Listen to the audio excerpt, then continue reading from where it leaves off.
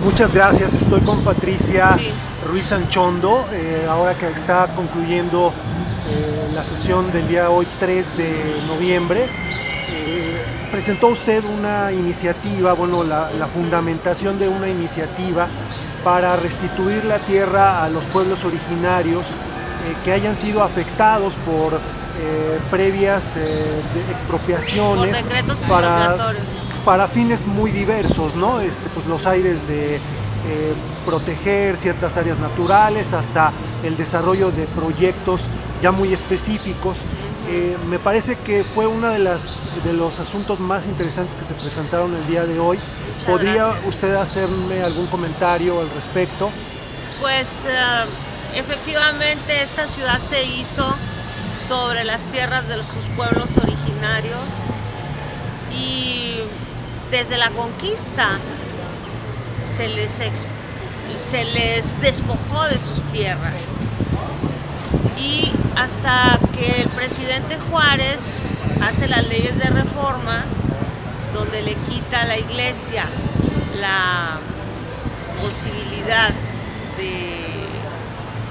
de tener tierras, se desamortizan los bienes de la iglesia, empieza el crecimiento de las ciudades sobre estos terrenos. O sea, los indígenas fueron despojados por la iglesia y por los encomenderos, y con las leyes de reforma se favorece que todas estas tierras que se regresan sirvan para iniciar con un proceso de urbanización en el país. Es decir, tenemos una tradición de restitución en términos constitucionales, de despojo, pero ya hay un restitución. antecedente en la reforma, ¿no? En la reforma lo hace el presidente Juárez con motivo de la persecución de la que es objeto en ese tiempo, porque si tú lo recuerdas, a raíz de que se aprueba la Constitución del 57, la derecha, encabezada por la iglesia, persiguieron a Juárez, se levantaron en guerra, en una guerra que duró 3 años. Entonces el presidente Juárez lo que hace es emitir las leyes de reforma en medio de la guerra para detener a la iglesia, para que la iglesia no tuviera dinero para estar financiando esa guerra. Y luego ya vienen los planteamientos de la necesidad del crecimiento del país, de tener ciudades modernas, ser un estado moderno, y entonces algunos funcionarios del ayuntamiento de la ciudad empezaron a fraccionar las primeras colonias. Es un antecedente histórico, o sea, que fue una forma de ser, digamos, en aquel México rural, de querer aprovechar mejor las tierras para promover el desarrollo de la ciudad. Sin embargo, o sea, en ese momento también los pueblos originarios estaban esperando justicia, y el presidente Juárez no tuvo la visión de decir, bueno, vamos a iniciar un proceso de restitución. Él estaba inmerso en la defensa de todo el país, había un acoso muy grande por parte de las potencias extranjeras, y entonces los funcionarios del ayuntamiento hicieron lo que quisieron.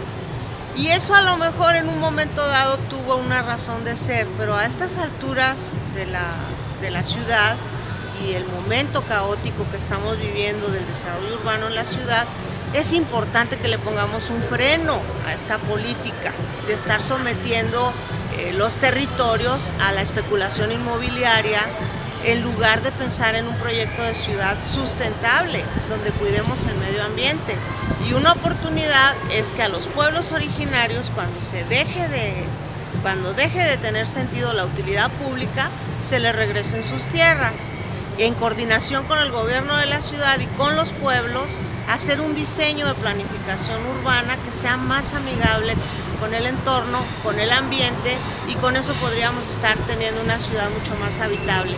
En este momento hay proyectos, se me ocurre un par de cosas derivadas de lo que usted misma expuso, por ejemplo la zona industrial de Vallejo, en la Ciudad de México, que ya es una política el ir quitando la industria. Sí, o sea, y la refinería, otra. por ejemplo, que lo dije, la refinería de Azcapotzalco, esas tierras se le expropiaron a los pueblos originarios de allá. Cuando deja de tener esa utilidad pública, lo justo hubiera sido que el gobierno iniciara un proceso para que las autoridades agrarias revirtieran la expropiación y entonces conjuntamente con la comunidad hacer un planteamiento de qué hacer con esos terrenos. Pero ¿qué es lo que hace? Se los dan a Carlos Slim para un proyecto privado. O sea, ¿y eso qué beneficio le trajo a la ciudad? Ninguno. Solamente engrosaron los bolsillos de este señor que no se cansa de quedarse con los bienes nacionales. Así tenemos muchos ejemplos. Me hubiera gustado poder abundar más, por ejemplo, en el caso de Magdalena Mixhuca, cómo los expropian con la utilidad social de hacer la combinación de cuidado del medio ambiente con el deporte. Y luego le cambian el uso desde el mismo gobierno y ya no es deporte lo que se hace ahí, sino espectáculos. Entonces, el oriente de la ciudad se sacrifica para que el poniente de la ciudad tenga sus espectáculos de nivel mundial, o sea, que tanto se ufanan, como el Fórmula 1. ¿Quién del oriente de la ciudad va a poder pagar miles de dólares que cuesta un boleto de esos? Eso es únicamente beneficio privado, donde seguramente algunos funcionarios del gobierno están siendo beneficiados. Por eso es importante mi iniciativa. Pienso también en que puede ser muy útil esta iniciativa para casos como el aeropuerto actual para que capitalino, se detenga, ¿no? Exacto. Mi intención es hacerles ver que los pueblos originarios tienen derechos y que antes de que se proceda a desmantelar el aeropuerto, tienen que tomar en cuenta esto, porque ese terreno no es de ellos. Este terreno lo va a seguir peleando el pueblo y creo que están en su derecho. Hay antecedentes ya de restituciones en ese sentido. Me viene a la mente, Patricia, por ejemplo, el caso de la ciclovía, donde por iniciativa del jefe de gobierno en aquel momento, Andrés Manuel López Obrador, todos esos terrenos del ferrocarril de Cuernavaca, de la ruta del ferrocarril, fueron dedicados a una ciclopista. Yo no sé si pueda abundar un poquito más cómo se logró en coordinación hacer con esto. Ferrocarriles Nacionales. O sea, en coordinación con Ferrocarriles Nacionales se logró aprovechar esto en beneficio de la comunidad. No se privatizó, sino que se puso a disposición de las comunidades. O sea, esta ciclopista es pública. De ninguna manera es un negocio privado. Y es el espíritu de el espíritu de la iniciativa. O sea, que los pueblos, que el gobierno de la ciudad, en coordinación con los pueblos, analicen las posibilidades. Hay un diputado aquí que es Augusto Gómez Villanueva, que me dice, es que si tocamos esos temas, el adeudo que tiene la ciudad con los pueblos no se puede cubrir, es cuantiosísimo. Entonces, pues que lo cubran así, que se reviertan los decretos expropiatorios y que se hagan proyectos de desarrollo más amigables con los pueblos y con el medio ambiente. Sería un acto de justicia. Sin duda. El proyecto del aeropuerto en terrenos del Estado de México parece que ya es un hecho, por lo que se escuchó en medios de comunicación la semana pasada, pues ya se pretende comenzar las licitaciones el próximo año. Es un absurdo. ¿Ya es imposible detenerlo? No, no es imposible. Imagínate 200,000 millones de pesos para un proyecto absurdo que puede colapsar la ciudad. Ya basta. O sea, sí lo podemos detener. Y no puede ser que se dediquen 200,000 millones de pesos en una época de recesión económica como la que estamos viviendo a un proyecto que nos va a orillar al colapso ambiental. Es así, en ese sentido fue mi intervención.